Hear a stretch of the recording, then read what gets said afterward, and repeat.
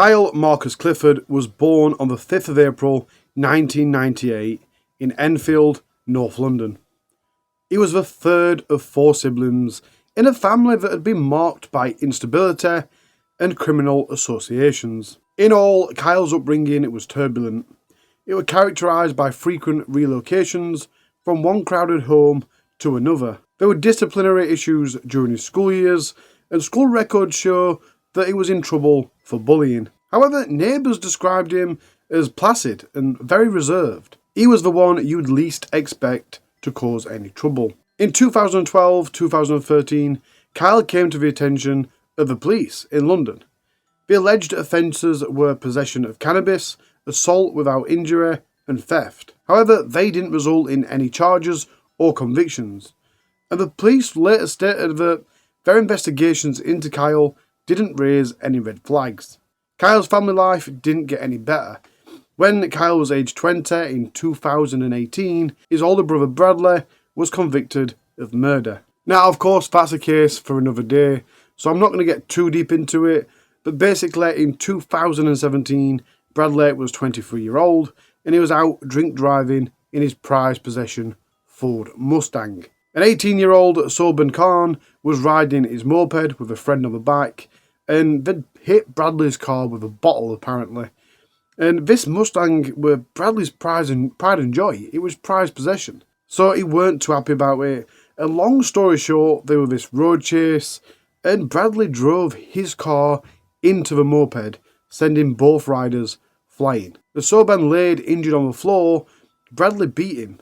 Eventually, Bradley was found guilty of murder and GBH with intent. He received a life sentence with a minimum term of 23 years for the murder and another 7 years for the GBH to run concurrently. Throughout the next few years, Kyle visited Bradley in prison every other week.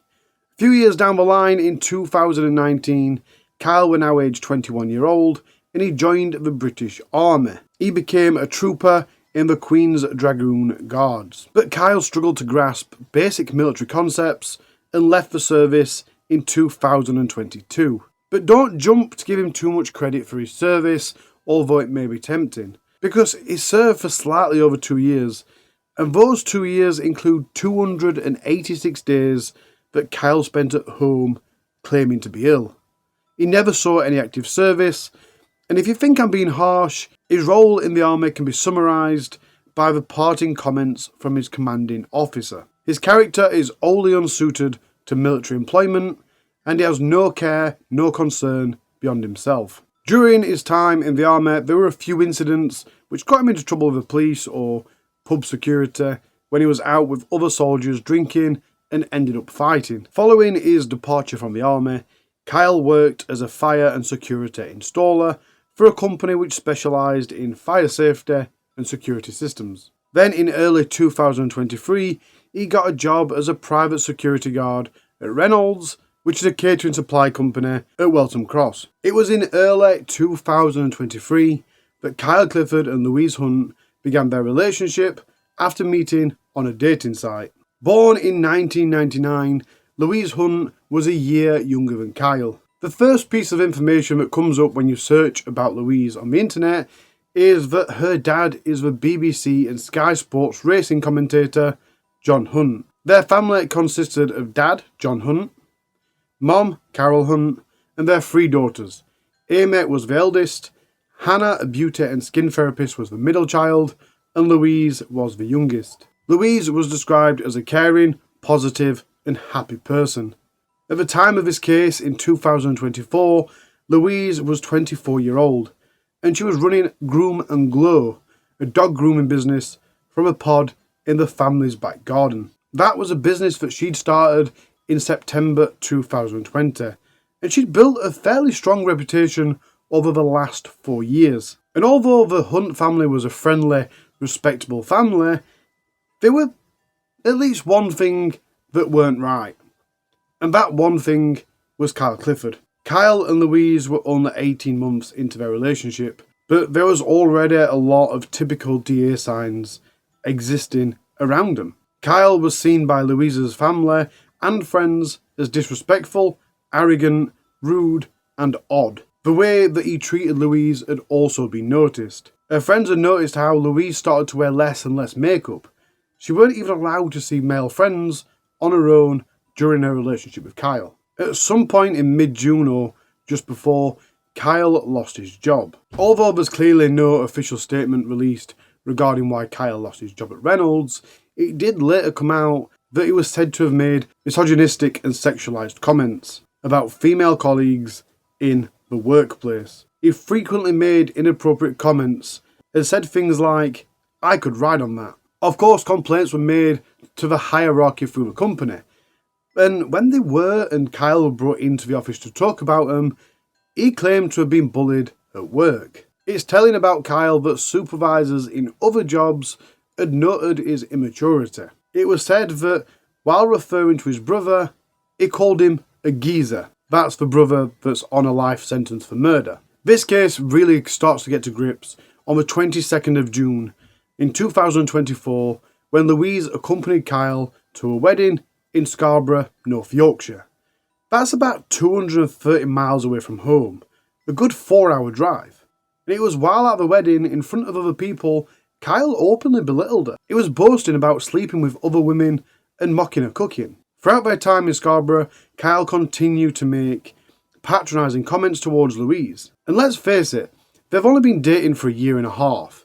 It's one of the most dreaded things at that point in a relationship to go to a wedding on the partner's side. Not only is it miles and hours away from where they live, it's pretty much the other side of the country, so she probably knows no one there, even if they had been going out for longer. But then to be publicly treated like that in front of everyone, Louise was obviously very upset. Louise and Kyle stayed the night in Scarborough, then the next day, Sunday the 23rd of June, they returned home. At some point that day, Louise texts Kyle saying, "We definitely need to have a conversation. This weekend, you made me feel embarrassed." She added she was left feeling belittled.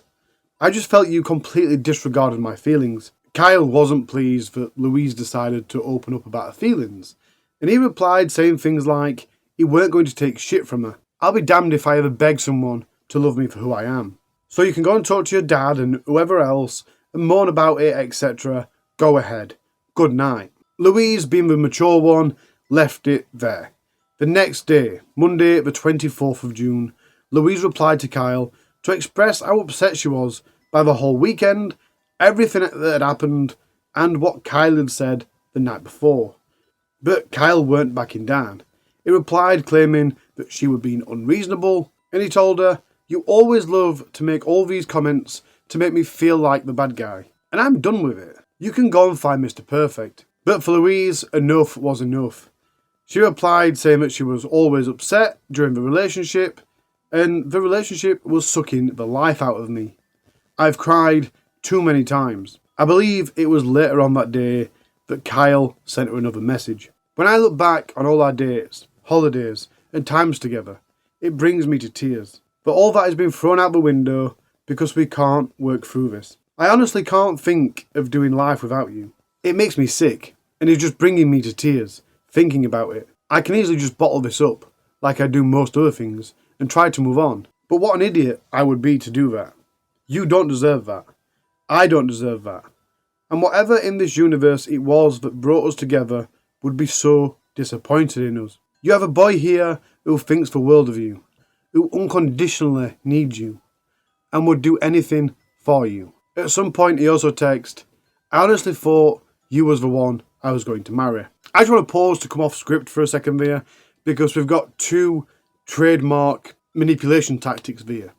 First of all, she's trying to tell him how he feels. She's trying to be mature and say, "Look, you've made me feel really bad." And he's gone, "Oh, so I'm always the bad guy," and tried to put it back on her as if in some way it's her fault. Luckily, Louise is smart enough and brave enough to see past that, and she's gone, "Look, I'm fed up of being upset. I'm fed up of you not caring. This needs to end." But that puts him on the back foot. The control's not worked. The not caring's not worked. So now he's come back begging. And it's all, "I can't go on without you." And I just wanted to point that out, that contrast out, and what he's doing there, because I'm not going to do a spiel at the end of this episode like I usually do. So I wanted you to know that if you're going through that conversations with someone, that is what they're doing. I want you to be careful. I want you to know what they're doing and don't fall for it. Louise does something in a minute, which is a really good thing for people that think they might be trying to get away from that type of relationship to do. Anyway, back on with the case. Louise and Kyle agreed that they'd meet up later on that day to go for a walk and talk things through. Although ending this abusive relationship with Kyle was definitely the right thing to do, she was still very upset by it. As a result of her being so upset and distracted by what was happening, she ended up accidentally crashing a car into a telephone pole at the end of the driveway. There was no major damage done, nobody was hurt, other than the car door being caved in. It was clear that Louise shouldn't be driving. She was in no fit state to drive. So Hannah drove Louise to meet Kyle, and before doing so she texted her own boyfriend saying they've pretty much broken up, but she just wants some form of civil closure.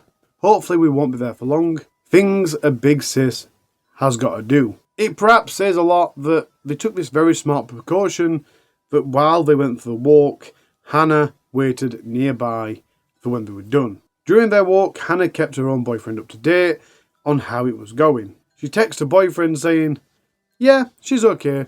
He's obviously turned on the waterworks and has now made her confused. She's taking a few days to think about it." During Hannah and her boyfriend's text conversation, Kyle was described as a tosser. By Wednesday, the 26th of June, Louise was firm in her decision that she wanted to end the relationship. In a message to Kyle, she said, "Good morning.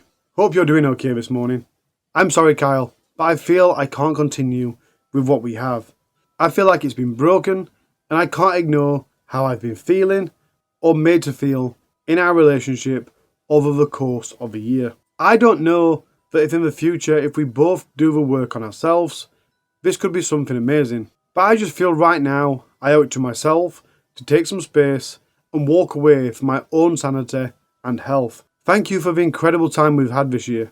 I hope you know how much I love you and still will for a long time. I never want there to be anything nasty between us ever.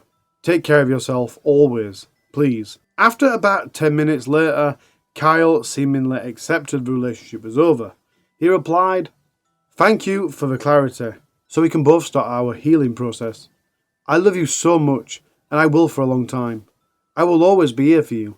If you ever need me, please don't hesitate." Louise was quite open with her friends about how Kyle was, and told them things like he had a nasty temper. But what even she didn't know about Kyle was during those 18 months that they were together in a relationship, he had 2 other relationships that he was currently having with other women that he knew from work. Both of these relationships occurred after Kyle and Louise met on that dating website. And even at this point, he was still in one of those relationships with a woman called Sammy. So it's perhaps no surprise that moments after Louise broke it off, he went on dating apps, Hinge and Tinder. And I found throughout my research that that's quite often reported as if he was looking for another woman. But while editing this, it dawned on me that he might have actually been looking to see if Louise appeared on either of these dating sites. I think both's very possible. Either which way, I think it still shows how little of respect and lack of seriousness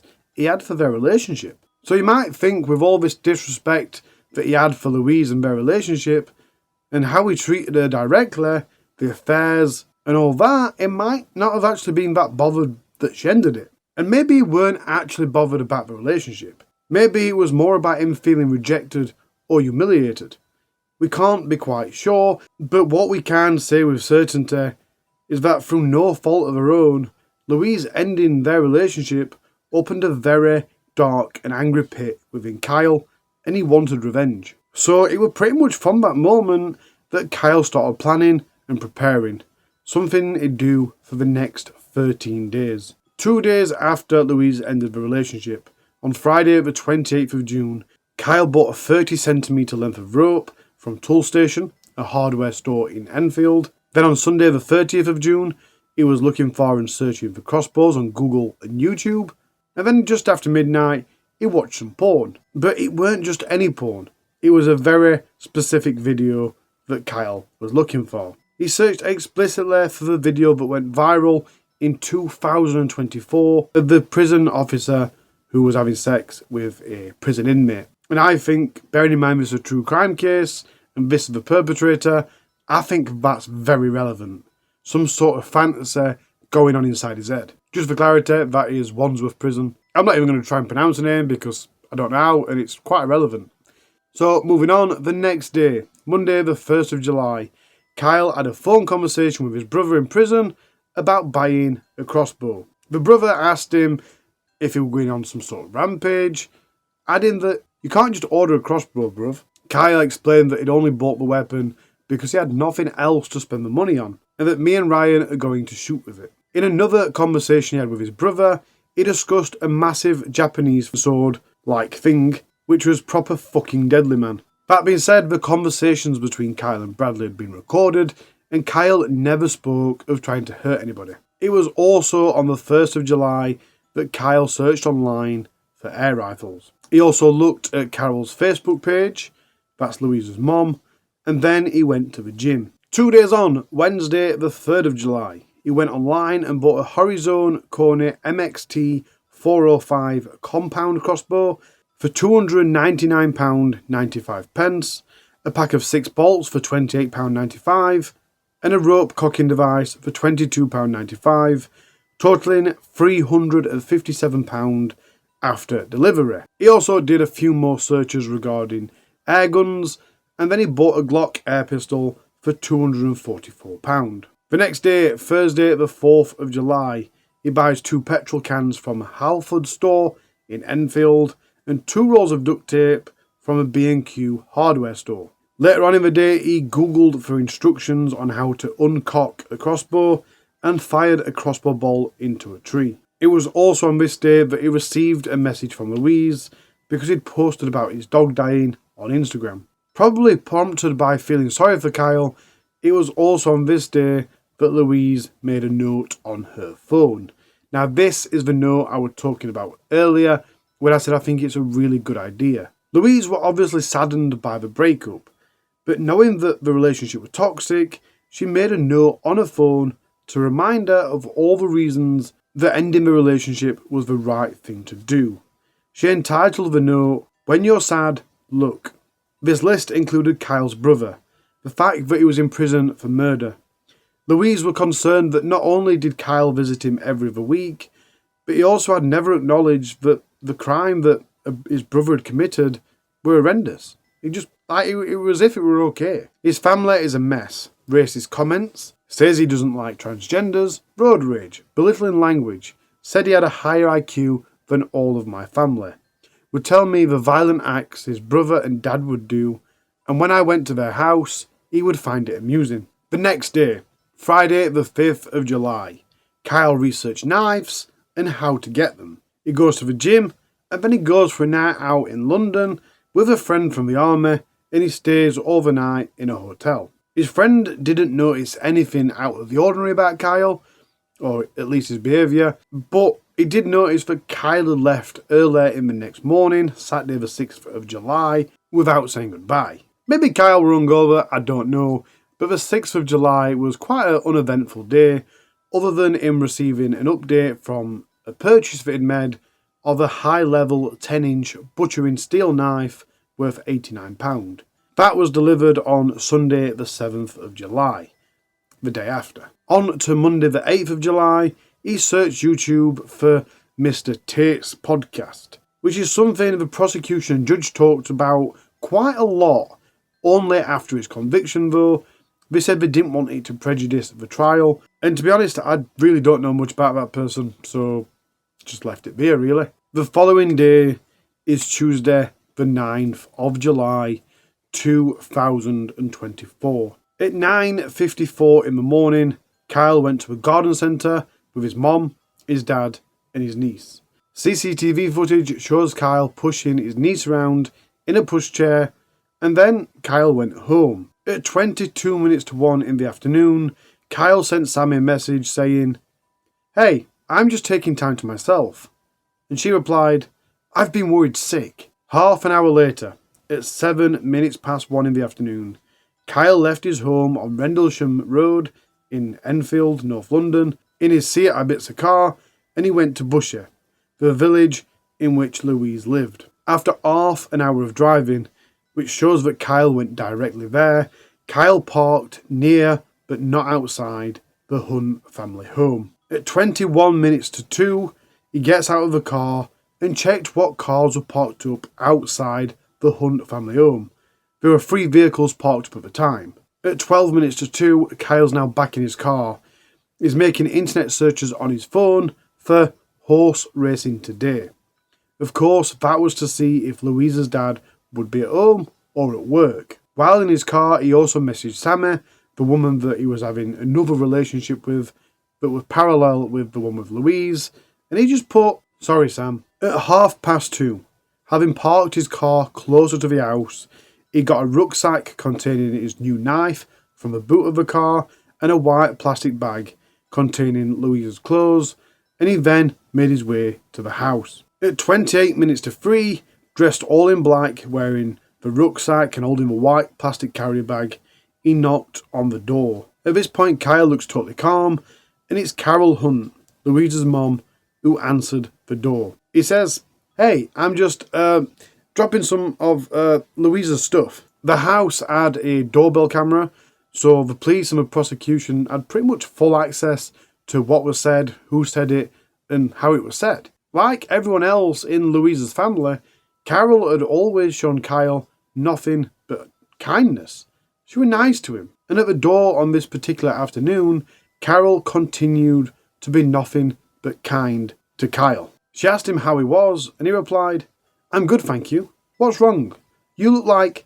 Carol interrupted, "I've seen a ghost." Kyle also made sure to ask Carol if John was home. As they went on to discuss his and Louise's relationship, he told Carol that he'd started therapy. He also told her that he'd got a card for the family to say goodbye, and that he'd come round just to return Louise's belongings. He then asked Carol for another plastic bag to put her stuff into, saying that he'd got stuff like a dressing gown and a hoodie. He says, "Here you go," as he begins to take off his rucksack and step inside. Absolutely awfully, but really helpful to the police and prosecution, the doorbell camera captured sounds from inside the house throughout the rest of the day. After 7 minutes of standing at the door, it was 21 minutes to 3 that Kyle entered the Hunt family home, after persuading Carol to let him in. It was only 1 minute later that he attacked Carol with the knife. Over the next 3 minutes, the door cam recorded a long female scream, followed by a shorter scream, banging sounds, and the noise of general commotion. It's deemed that Carol Hunt was stabbed 5 times, 3 to the back and twice to the front. She also had defensive injuries to her left hand and other injuries consistent with her trying to defend herself. At 7 minutes past 3, Kyle went back to his car and he got his crossbow, which had been in the car, hidden underneath a blanket. He went back to the house and let himself in with a key. He waited inside the house for an hour. The entire time he'd been there, Louise had been in a pod in the garden, operating a dog grooming business, and customers had been coming and going through a gate at the side of the house, pretty much all afternoon. But it was at 12 minutes past 4 that Louise left the pod in the garden and went into the house, where Kyle was still waiting. Shortly after entering the house, the doorbell cam recorded screaming, which was followed by more high-pitched screams, and male shouting and banging, which went on until 26 minutes past 4. It's thought to be at that point that Kyle restrained Louise with duct tape around her wrists and her ankles and used duct tape to gag her. Kyle kept Louise restrained and alive for the next 2.5 hours. During that time, he harmed and harmed her. At 29 minutes to 6, Kyle went to the pod in the garden in search of Louise's phone. He found it and he looked through it. He was looking to see who she'd been in contact with and what she'd been looking at, including looking at her Instagram feed. At 16 minutes to 6, Kyle replied to a text that he'd received from his sister, because his sister had noticed that he'd took the crossbow out of the house. So she messaged him saying, "What are you playing at?" And his reply told her that he was doing nothing illegal and he was just shooting it in his friend's back garden. Then at 8 minutes to 6, he used Louise's phone to text her dad, "What time are you home?" John Hunt replied, "Late, I'm afraid." "Everything okay, sweetness?" Kyle continued to use Louise's phone. He searched the internet to find out if unplugging a smoke detector would stop it from sounding an alarm. He also googled to see if alcohol is flammable.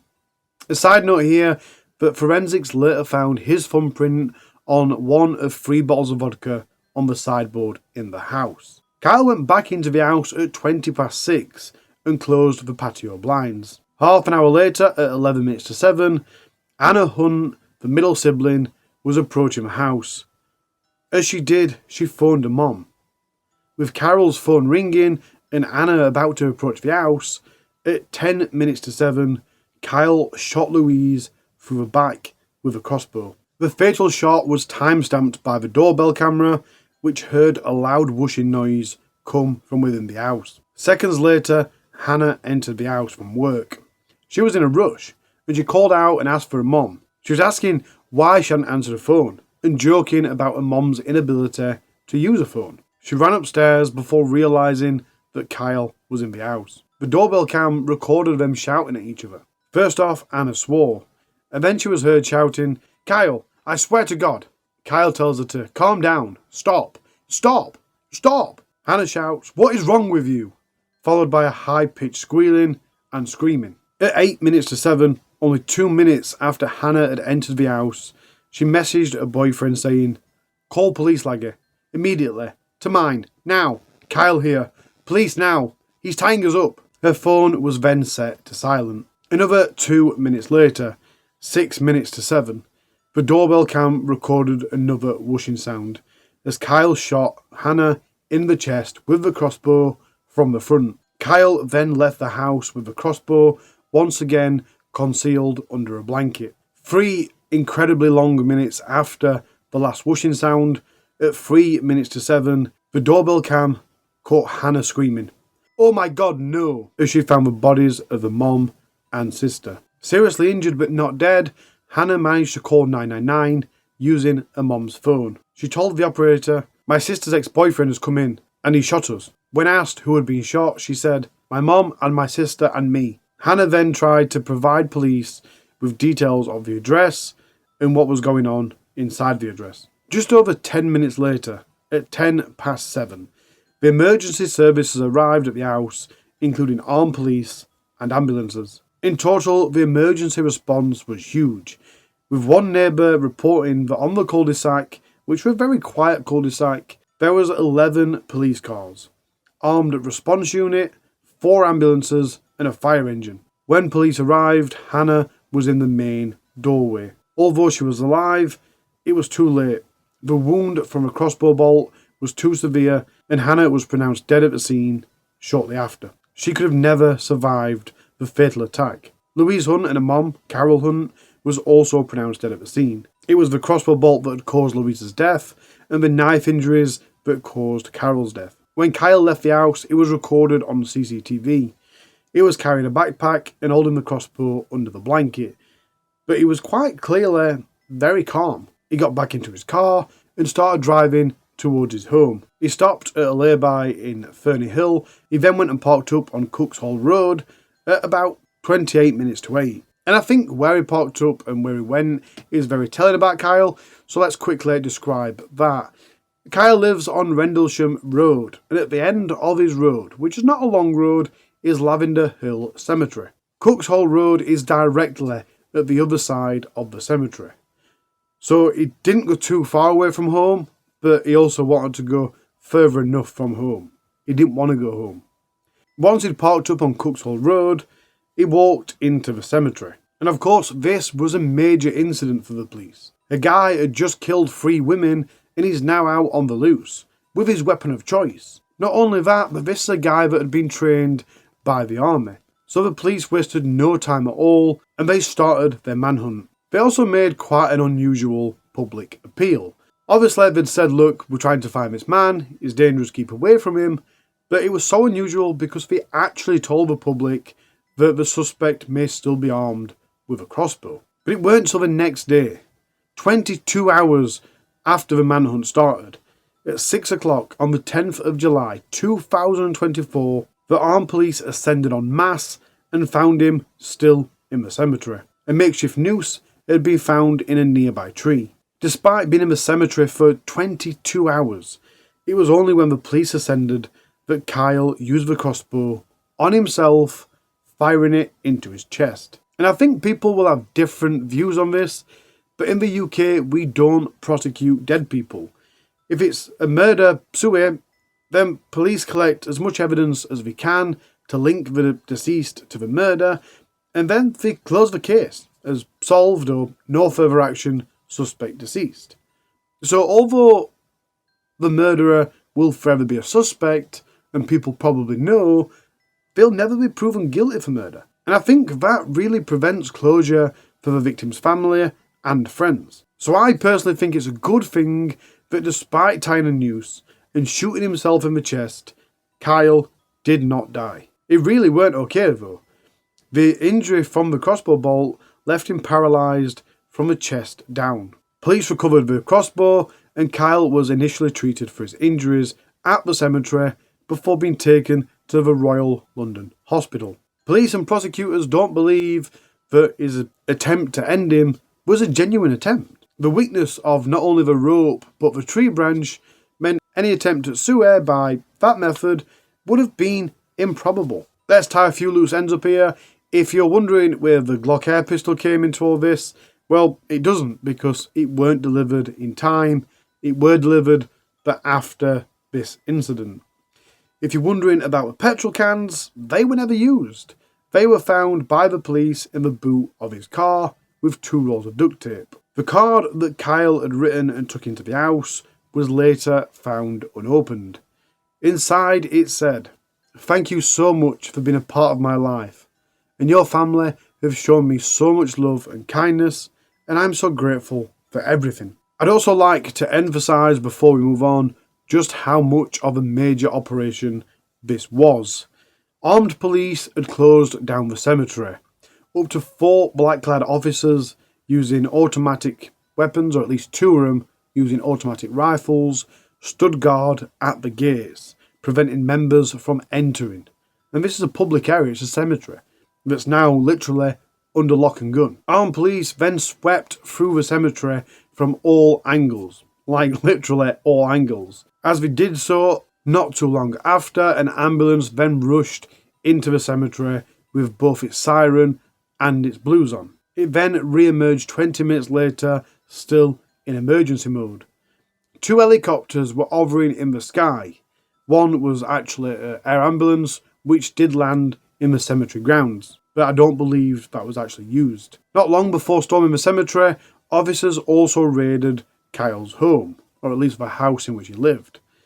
Nearby schools had gone into precautionary lockdowns, with teachers at one primary school telling parents, when they collected their children, at the end of the day, to take them directly home. So, because a dead man can't be tried, Kyle was rushed to hospital and had surgery on the wound on his chest. And although he hadn't officially been placed under arrest due to his injuries and his condition, he was kept under 24-hour-a-day police guard. But the police didn't waste much time. It was the day after that he was found, on Thursday the 11th of July, that the police formally arrested Kyle on the suspicion of 3 counts of murder. But still recovering from his major injury, under constant police guard, Kyle managed to avoid police interviews for another 10 weeks. It's reported at some point during his hospital stay, he made comments including, "Sorry," and "What I've done is atrocious." Then he was finally interviewed on Monday, the 16th of September. Here's some of the interview footage. It is about 7 minutes, so if you don't want to watch it, feel free to look at the chapters down on the time bar and move across. If it does get copyright claimed, I'll put it into a separate video, which will be linked at the end. Do you accept, Kyle, that based on the evidence, that this is a premeditated murder of 3 people? No comment. Do you accept that you have meticulously planned this murder from the moment that you split up the Louise? No comment. From the moment that she sent you that text message at the end of June, you began to plan her murder? Yes? No comment. It's evident quite clearly from your purchase of the crossbow From your purchase of the additional bolts? From the purchase of the gun and the knife? In the 2 weeks leading up to the murders? Do you agree? No comment. Do you agree that it shows that you only had one thing in mind, and that planning began when you purchased these items? You purchased rope and you purchased duct tape in order to restrain Louise and Hannah and Carol, didn't you? No comment. 6 days before this happened, you make these significant purchases that really only have one plausible explanation, didn't you? No comment. The only plausible explanation is that they were purchased in order for you to carry out these murders. Do you agree? No comment. You got to the address and you came well prepared. You came prepared with Louise's belongings, didn't you? No comment. Louise's belongings were your ticket into that address. Yes? No comment. You deceived your way into that address at the front door with Carol, pretending that you were having a civil and friendly conversation and returning Louise's property, and you'd even written out a thank you card. Yes? No comment. Next thing I'd like to speak to you about, Kyle, is some more information, some more evidence that we've obtained from the download of your mobile phone. So on the mobile phone, in the notes section, there is a note which is titled Last Letter, and it's written to different family members as individual paragraphs addressed to each individual family member. This item was created on the 26th of June, and the last modification was on the 7th of July. The opening part of the note reads as such: "Please don't think of this as me throwing my life away. I have lived, and I am grateful for everything and everyone that has been a part of it. It is now my time to leave and be at peace, as this is what I ultimately want. I know you will all have so many questions and wish you could have done something different to prevent this. However, none of you have failed, and there is simply nothing any of you could have done. This is my decision to just be at peace. You all have to take care of each other and speak to each other, as that will be the best thing for you all. I love you all so much." You okay, Carl? To carry on? When you wrote that note, had you already planned the murders of Louise, Carol and Hannah? So I'm interested in the words "prevent this." So tell me what you mean by "prevent this." No comment. Do you mean the murders of Carol, Hannah and Louise? No comment.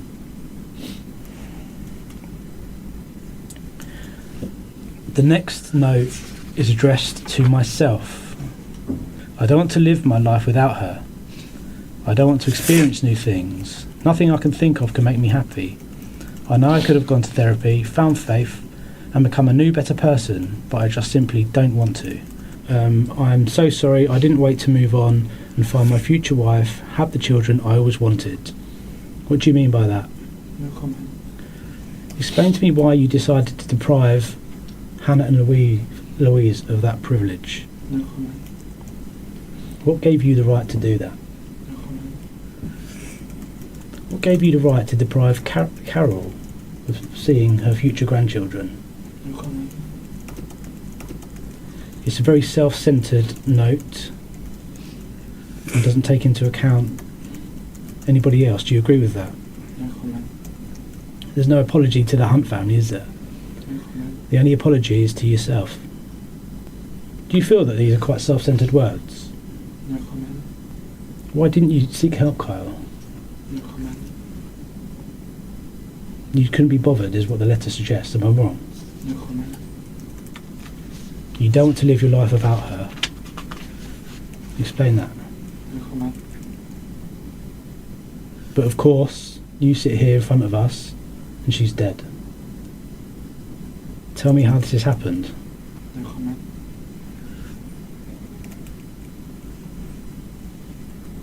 Is your intention to make people feel sorry for you writing these letters? No comment. Look at your behaviour. Look how calmly and nonchalantly you walk away from that house. You've just killed 3 people and you stroll away like you're going down the shops. It wasn't a crime of passion. It wasn't a loss of control. You didn't go to the address and all of a sudden form this intent to kill Carol, kill Louise, kill Hannah. You'd gone there with that sole intention in mind. You went there. The CCTV footage shows throughout that you are cool, you are calm, you're collected, you're considered. There is nothing about that which suggests that you've gone there for anything else than to kill almost an entire family. I'm right in what I'm saying, aren't I, Kyle? No comment. Please correct me if I am completely wrong. Of course, Kyle maintained the no answer comment to all questions.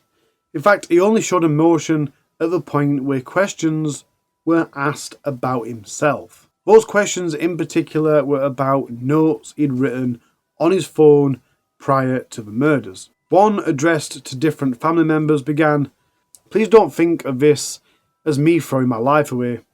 I have lived and I am grateful for everything and everyone that has been a part of it. It's now my time to leave and be at peace, as this is what I ultimately want. I know you will have so many questions and wish you could have done something different to prevent this.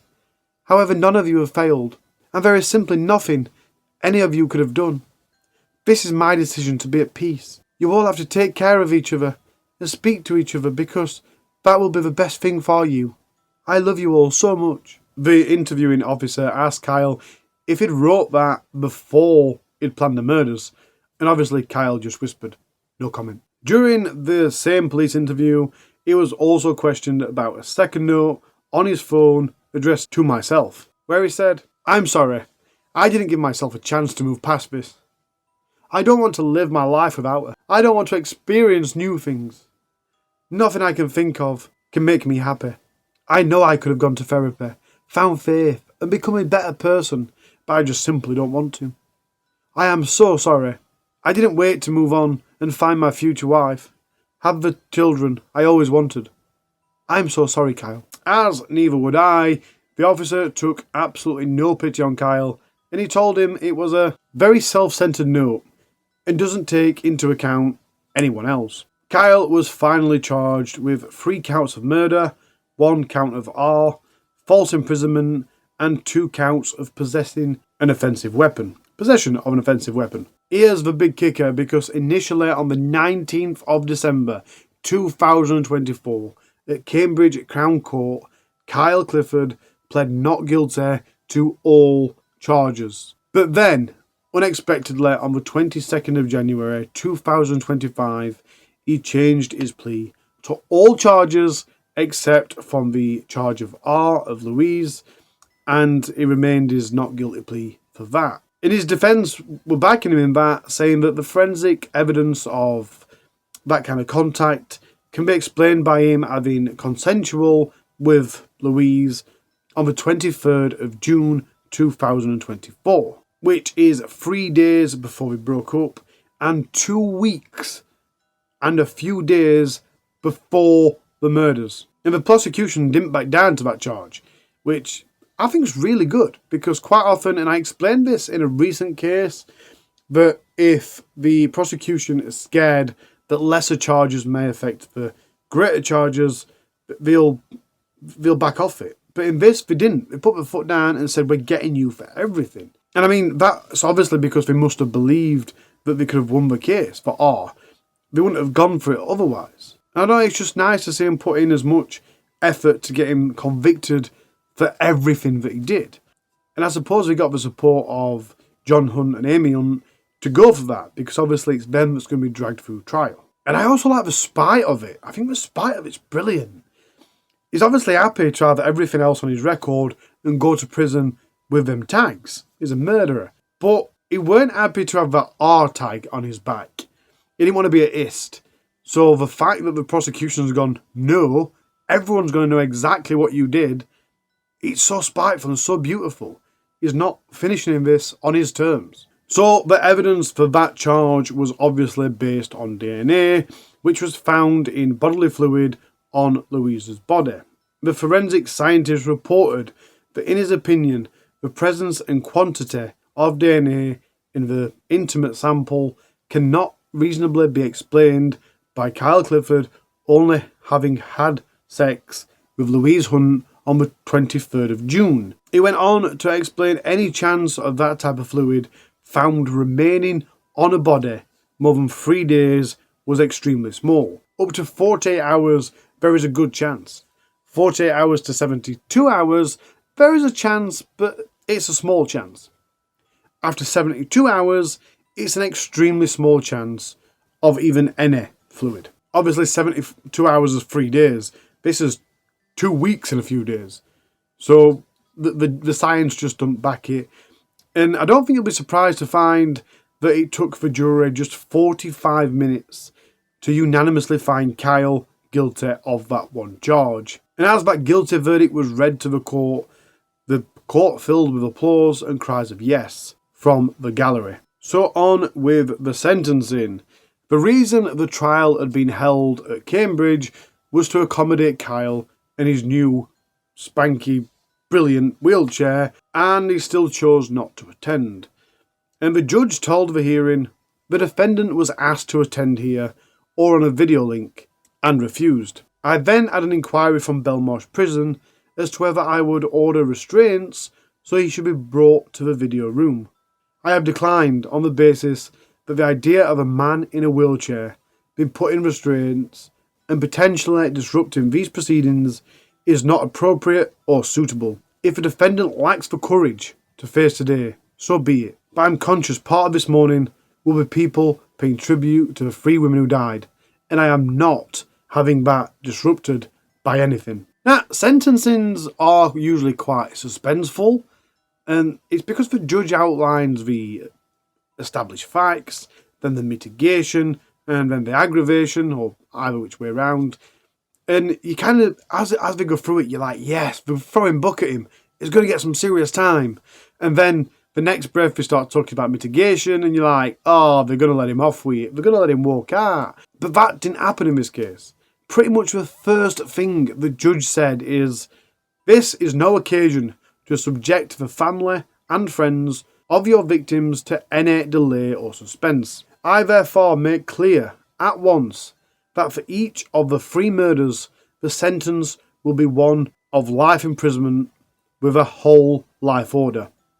This means a sentence from which you will never be released. And that quite shocked me in a really great way. I just really love this judge. This judge does not mess about.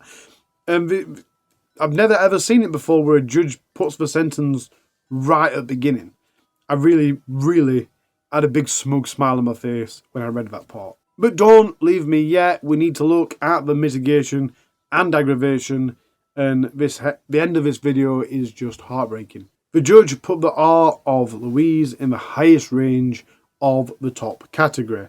At the time of this sentencing, there were no guidelines in force for the offence of false imprisonment. But the judge decided that Louise Hunt's detention was prolonged, planned, in her own home, and it falls within the Sentencing Council definition of DA.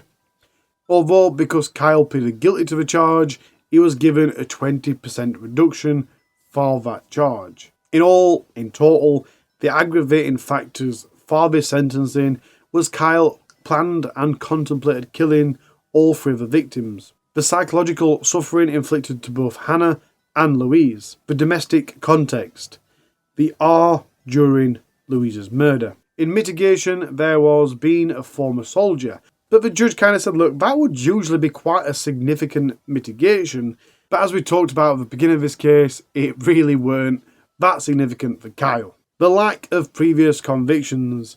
If you remember at the beginning, he was alleged for something, and then there were a bit of trouble, drunken bar fighting when he was in the army, but he'd never been charged for anything, so he ain't got any previous convictions. His young age at the time of the offences.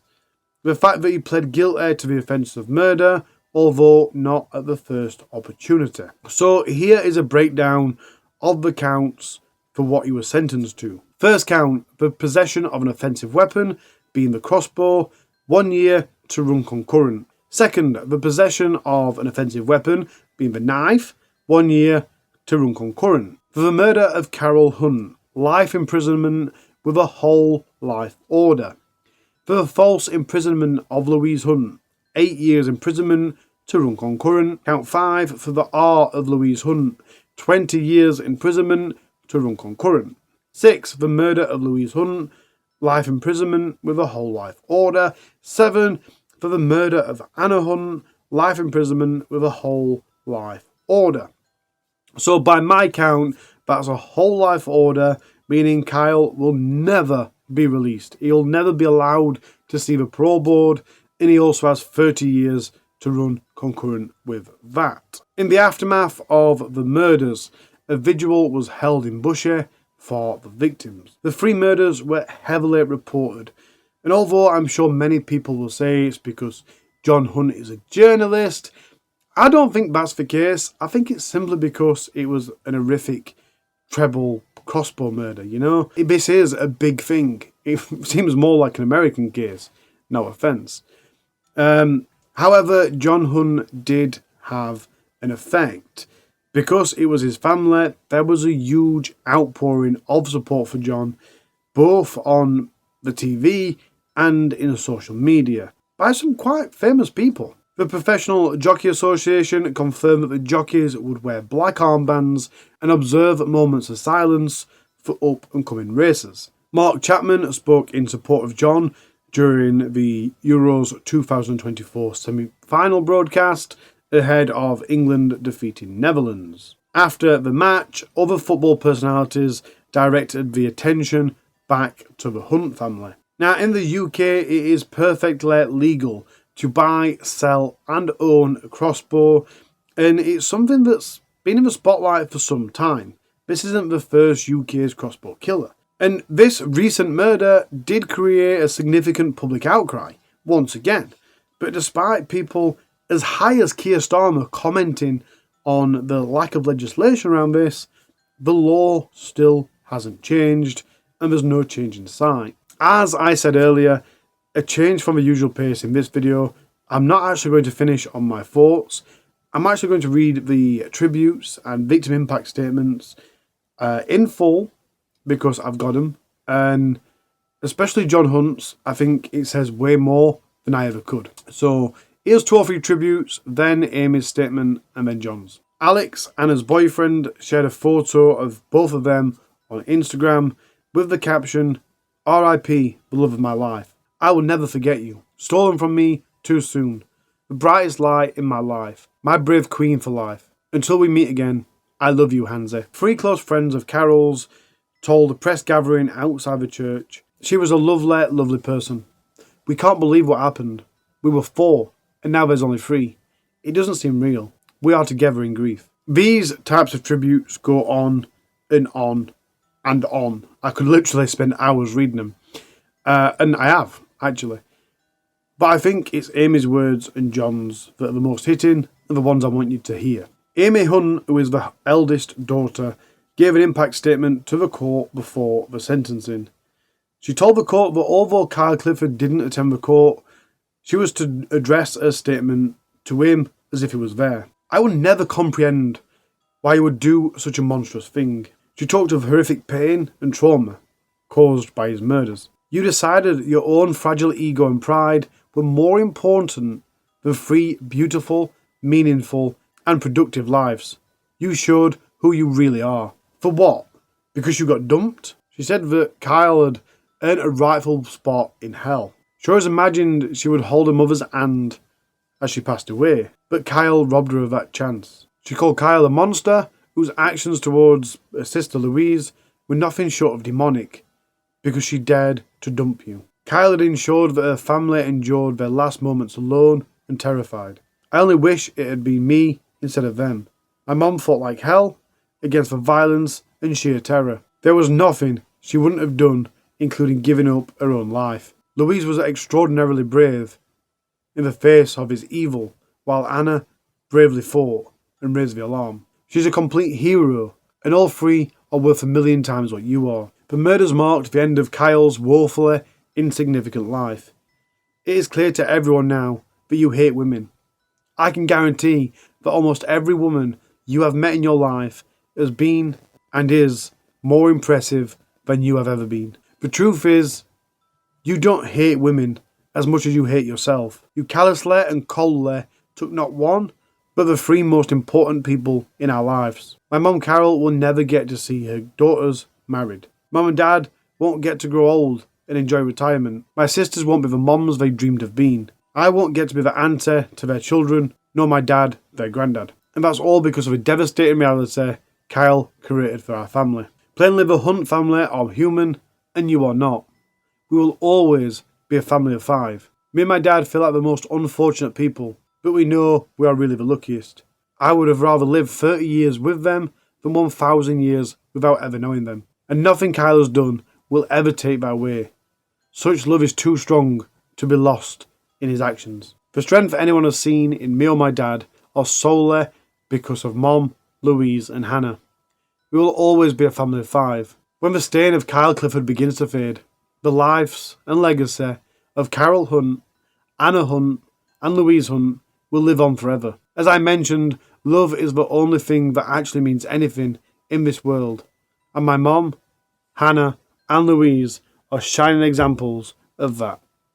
And her dad said, "My name is John Hunt, and I am blessed to be Carol's husband and Hannah, Louise and Amy's dad. Thank you for returning the guilty verdict. But you had to consider the evidence was purely down to Kyle choosing not to admit it responsibly. You too are victims of his callous, cowardly, vindictive behaviours, and I wish he hadn't put you through that. I so wanted to deliver these words eye to eye with Kyle. I will continue to act as if I'm doing so. When I was first invited to provide a victim statement, I initially misunderstood its purpose. Do I really need to detail the impact of having 3/4 of my family murdered? But then I realised that this is my final opportunity to say what I want to say to you specifically, Kyle.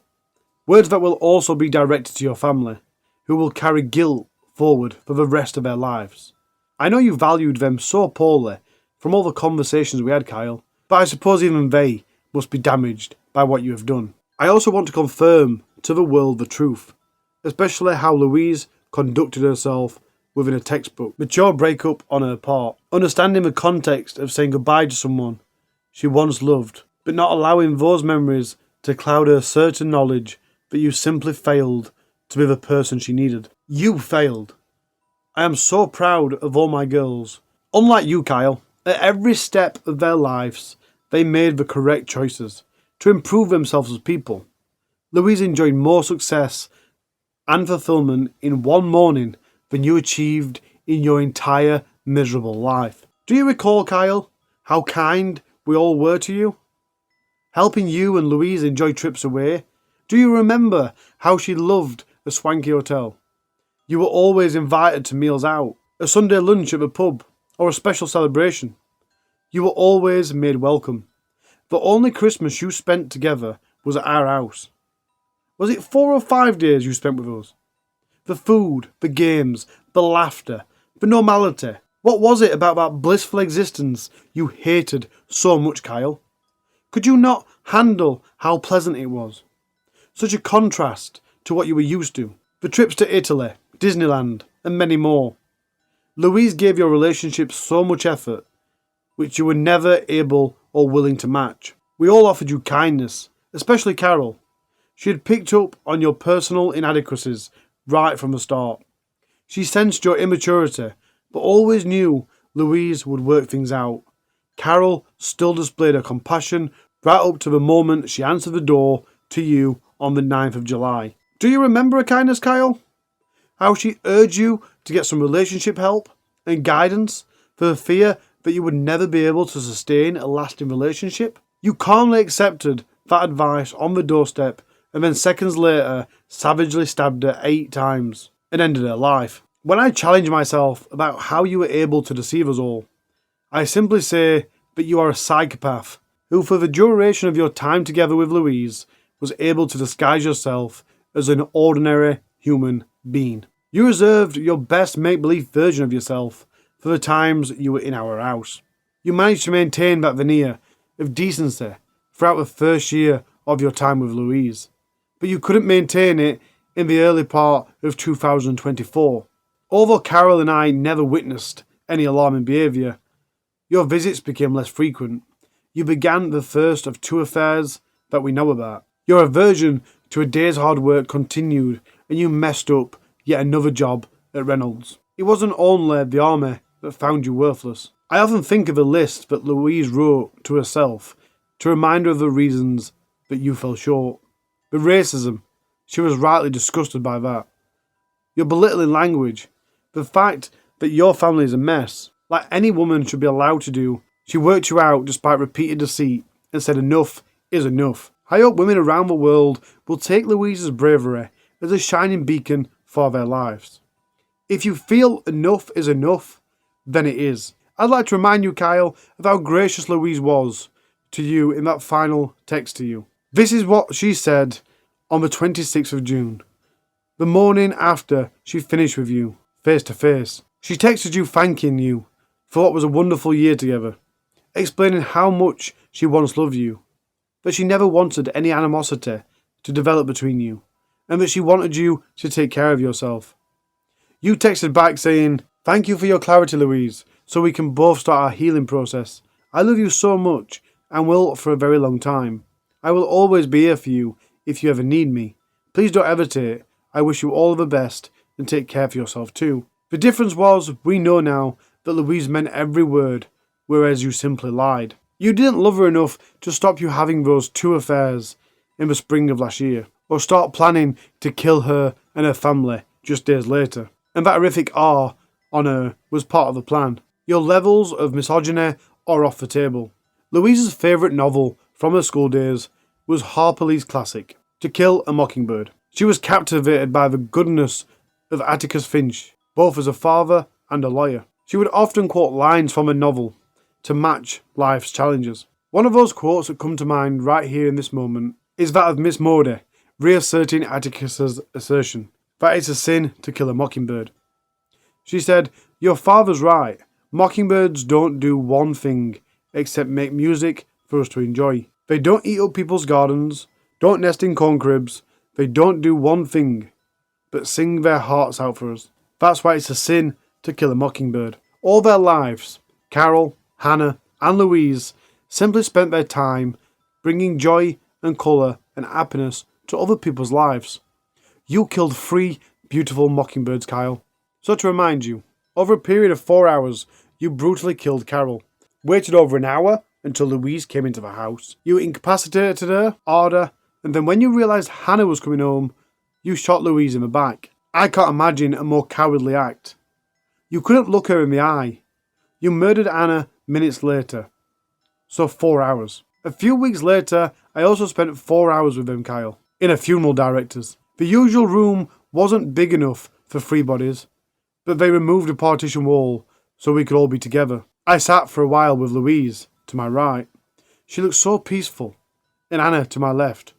I couldn't quite reach to hold their hands at the same time. Amy and I placed a photograph of Chester in Louise's right hand. Carol was at the top of the room.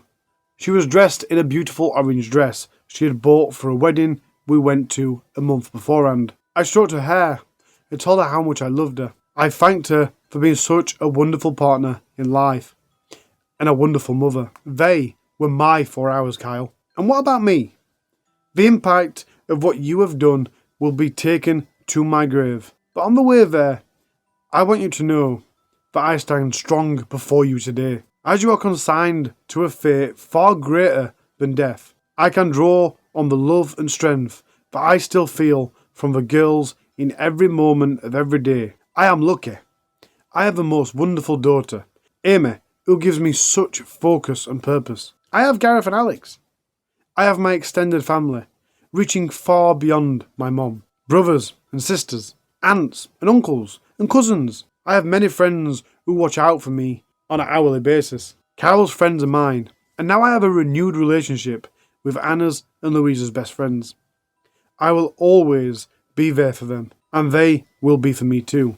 So whilst I am so badly damaged, I am determined to see what my future is, surrounded by so many amazing people, and the chance to do has been gifted to me by an incredible Hannah. I firmly believe that. Had she not managed to show such amazing physical and mental strength in raising the alarm after you fatally injured her, then I would have been your 4th victim that day. Hannah handed me a second chance, one that she worked so hard to achieve for me.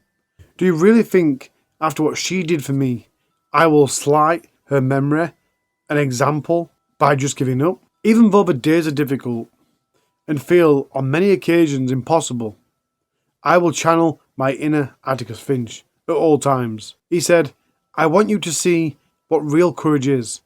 Instead of getting the idea that courage is a man with a gun in his hand, it's when you know you are licked before you begin. But you begin anyway and see it through no matter what. And now comes a time when your fate on this earth will be confirmed. Every single person in the world, I'm thinking of mothers and fathers in particular, especially those daughters, now expects the formality of a life sentence. Never again to make choices of your own, to breathe fresh air only occasionally, to eat when someone tells you to eat. But just remember one thing, whatever sentence you're about to receive, whatever misery lies ahead of you for the next 60 years, remember that after your days on earth are done, on your dying day, there will be no release for you. The screams of hell, Kyle, I can hear them faintly now. The red carpet will come out for you. At that point, when the person you could have been meets the person you are, you'll realise your miserable fate will last for eternity.